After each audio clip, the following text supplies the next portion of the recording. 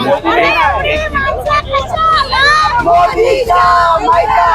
Minute.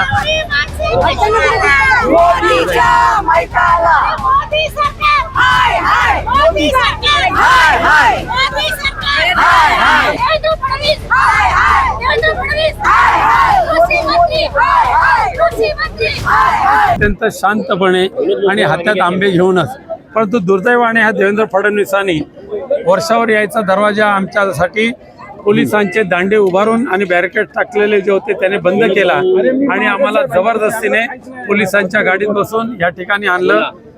सर्वांना या ठिकाणी एकत्र आणलं असतं तर गोष्ट वेगळी, पण जे अलिबागवरून वगैरे आले त्यांना भाऊच्या धक्क्यावर आणि गेटवे ऑफ इंडियाकडे अडवलं, त्यांना कुलाबा पोलीस स्टेशनला घेऊन गेले. काही चर्नी रोड स्टेशनला जे उतरले त्यांना गाडीत भरलं आणि त्याने दादरला घेऊन गेले. काही आमचे नेते जे आहेत राजू शेट्टी आणि हर्षवर्धन सकपाळ यांना डोंगरी पोलीस स्टेशनला घेऊन गेले. अशा पद्धतीने ह्या आंदोलकांना एकत्र येऊ न देता आंदोलन चिरडून टाकायची घाणेरडी पद्धत जी देवेंद्र फडणवीसांच्या सरकारने अवलंबिली त्याचा आम्ही धिक्कार करतो. आणि अशा पद्धतीने कोकणवासियांच्या भावनाशी खेळण्याचं जर तुम्ही काम करत असाल तर केवळ कोकण नव्हे, संपूर्ण महाराष्ट्र कोकणच्या पाठीशी मजबूतीने उभा आहे. पुढच्या आंदोलनाची दिशा तुमच्या काय? पुढच्या आंदोलनाची दिशा आम्ही लवकरच 1-2 दिवसामध्ये बसू एकत्र आणि नक्की ठरवू, पण कोणत्या परिस्थितीमध्ये कोकणवासियांना आम्ही वाऱ्यावर सोडणार नाही. उत्पादक आणि काजू उत्पादक शेतकऱ्यांचा मोर्चा होता, परंतु मोर्चा पोलिसांनी होऊ दिला नाही. तुम्हा सर्व शिवसैनिकांना सर्व आझाद मैदानात आणलेलं आहे, काय एकूणच नाही. आता हे पोलिसांना आदेश कोणाचे आहेत? गृहमंत्र्यांचे. गृहमंत्री कोण आहेत? महाराष्ट्र राज्याचे माननीय मुख्यमंत्री. मी काय म्हणते, तुम्हाला आता दिसतंय ना, काय तुम्हाला नुकसान भरपाई द्यायची ते द्या, पण असं आंदोलन पण चिरडू नका. म्हणजे लोक अजून चिडून उठतील, पेटून उठतील. तुम्हाला दिसत नाहीये का आंबा उत्पादकांचं शेतकऱ्यांचं नुकसान झालंय, काजू उत्पादक शेतकऱ्यांचं नुकसान झालंय? त्यांना कळत नाहीये का? पण काय म्हणतात ना की नेहमी कोकणाला दुय्यमच दर्जा द्यायचा, त्यांच्या भावनांचा विचार करायचा नाही, त्यांचं नुकसान काय होतं विचार करायचं नाही. बरं, आता इतका अवकाळी पाऊस पडतोय, वादळ आहे, त्यांना माहित नाहीये का?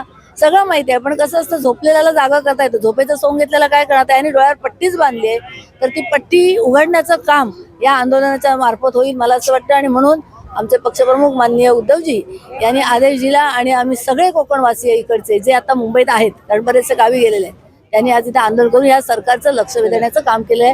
ही फक्त सुरुवात आहे. एवढं होऊन सुद्धा जर राज्य सरकारने लक्ष नाही दिलं तर मग ह्यांना खरंच कोकणच्या लोकांची किती काळजी आहे ते आपल्याला दिसून येईल. ते फक्त निवडणुकीपुरते आम्ही तुमचे अन्नदाते असं सांगायचं आणि जेव्हा खरंच परिस्थिती येते, पोटाला चिमटा घ्यायची वेळ येते, तेव्हा मात्र हे एक आंदोलन चिरडण्याचं काम करतात. आजपर्यंत मराठवाड्यातले शेतकरी आंदोलन करत होते मुंबईमध्ये, आता कोकणातल्या शेतकऱ्यांना आंदोलन करण्याची वेळ आली. आज कोकणातील शेतकऱ्यांचं आंदोलन होतं, परंतु ते दडपण्यात आलं. आज तुम्हाला आझाद मैदानामध्ये आणण्यात काय? खरं तर मला हे म्हणायचं आहे की आंदोलन कुठले असो, शेतकऱ्यांचं असो, तरुणांचा असो, महिला सुरक्षेच्या बाबतीत असो, हे प्रत्येक आंदोलन जे आहे ते दडपण्याचा प्रयत्न करत आहेत. आणि तुम्ही जसं म्हणालात की मराठवाड्याचं आजपर्यंत आंदोलन होतं, कारण महाराष्ट्रामध्ये सगळ्यात दुष्काळी भाग आमचा मराठवाडा, त्याच्या पुढे गेल्यानंतर विदर्भ आहे. सगळ्यात थोडासा जरा चांगला शेतकरी हा कोकणातला होता, परंतु आज कोकणातला शेतकरी सुद्धा रस्त्यावरती उतरलेला आहे आपल्या मागण्यांसाठी, आपल्या फळबागांच्या किमतींसाठी.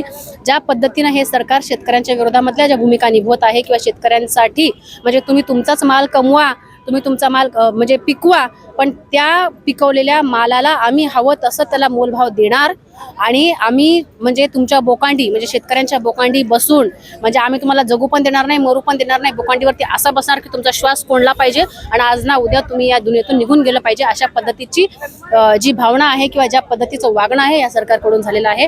तुमच्या माध्यमातून मी महाराष्ट्राचे मुख्यमंत्री आणि महाराष्ट्राचे कृषी मंत्री यांचा मी जाहीर निषेध व्यक्त करतो.